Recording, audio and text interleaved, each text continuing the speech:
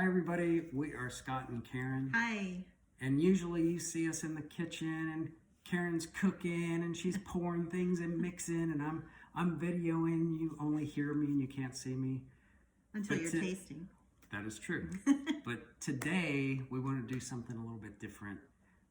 Rather than cooking, obviously, we wanted to share some information with you about some recent trials that we've gone through.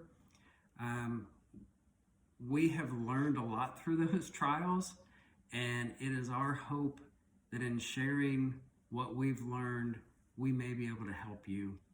And that moving forward, when you face trials, you may look at them differently and react to them differently as well. So last March, I started, I guess it was around March, having severe headaches, very severe headaches. My entire head, not just certain parts. I was losing my balance. I was getting dizzy. It was very concerning. Devastating. Very devastating. It was right. debilitating. And I ended up having a CT scan and an MRI. And we got the report expecting it to be normal, being a migraine or something like that. And it was not. It showed a brain tumor. And that brain tumor is called a subependymoma, and it's very rare. Which we had never heard of, obviously. Who hears of something like that? Now, imagine our shock reading that report. We got the report, read the report before we heard from a doctor. So we were overwhelmed, and it overwhelms me still. But immediately Scott got on the computer and I got on a computer, and he was looking up doctors and I was reading more about the tumor.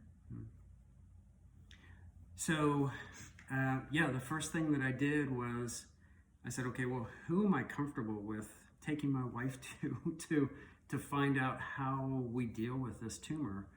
And fortunately, we live very close to Nashville, Tennessee, which is where Vanderbilt University is located, and Vanderbilt Hospital as well. So I immediately looked up who the chief of neurosurgery at Vanderbilt was, and that's who we ultimately were able to get an appointment with, and who ultimately did the surgery to remove the tumor for Karen. You know, we don't always, usually we don't have control over our circumstances, but we always have control over how we respond to them. And we can choose to respond in a way that helps us and ultimately helps others, or we can choose to depend on ourselves and our limitations, honestly, and end up struggling and sometimes devastated. And we knew we weren't going to do that.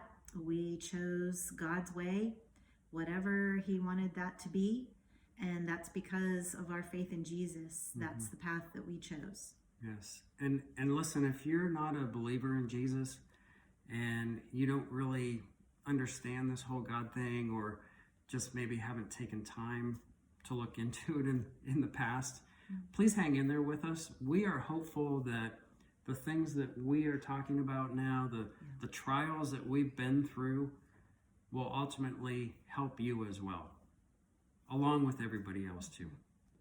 So over the years, we've learned when we go through trials, we have learned a key question to ask ourselves, and that is, what does God want us to learn through this trial? Because He's allowing this to happen for a reason. And we don't always understand what that is, but ultimately, He's allowing it to happen so that we can draw closer to Him. Or maybe we have to draw closer to Him because we really don't have any other options. So we always ask ourselves, God, what is it that you want us to learn from this? And it might be something about ourselves. It might be something about your spouse or a family member. It may be someone that's watching you from afar that you don't even know is really watching you go through this. But ultimately, someone is going to learn from the situation. And you can only learn what that might be by asking the question, what is it that you want us to learn? And that's been the key question that we ask anytime that we face trials over the years. Right. The goal each time is to learn and grow from the trial that we're going through. The goal for us is to be different, to be better than we were before the trial. Yeah. And I always say, and this is true now too, I don't want to be who I was before this.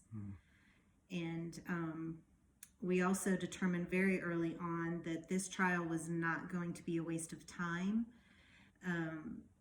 We didn't want it to use us. We wanted to use this situation and use it in a way that would honor and glorify God. So that question also is the one that we ask.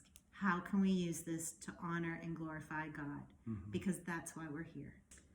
I also chose, at this time especially, to surrender everything, to fully surrender everything to God. You know, honestly, I didn't really have a choice. There was nothing I could do. Right. I was completely vulnerable and helpless without God. And so I chose to do that. And that was very hard. And I know that's very scary to a lot of people, to give up that control. He is in control anyway, so why not give it all and just let him have it? And, I mean, at the end of the day, I couldn't do the brain surgery on Karen. No. She wouldn't want me to, and she couldn't do it herself. So we had to completely trusting God completely for the situation, because honestly, we had no other choice. Yes, and so I told God also one day that if He chose to let me stay here,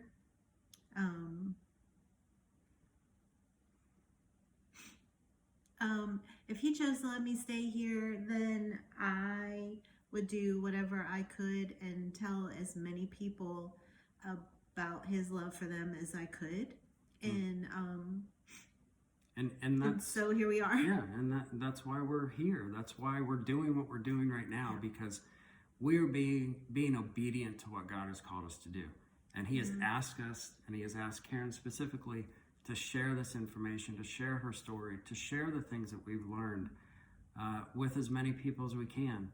And thanks to you, we have an audience. God has given us this new platform to share with over 30,000 people, which is just unbelievable. It's amazing. We've never had that before in our lives. So, and here we are at the perfect time to be able to do this and to share this information with you. So, listen. Just in closing, just a couple of questions we want to touch on is: what trials are you going through? What struggles do you have right now? What do you think God is trying to teach you right now? Because I'm sure there's many lessons out there that He's trying to teach us.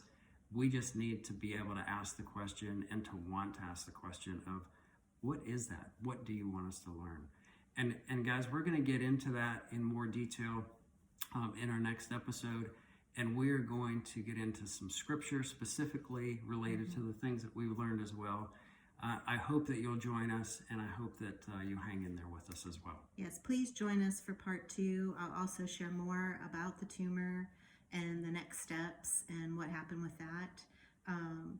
Just have a blessed day, and we'll see you soon.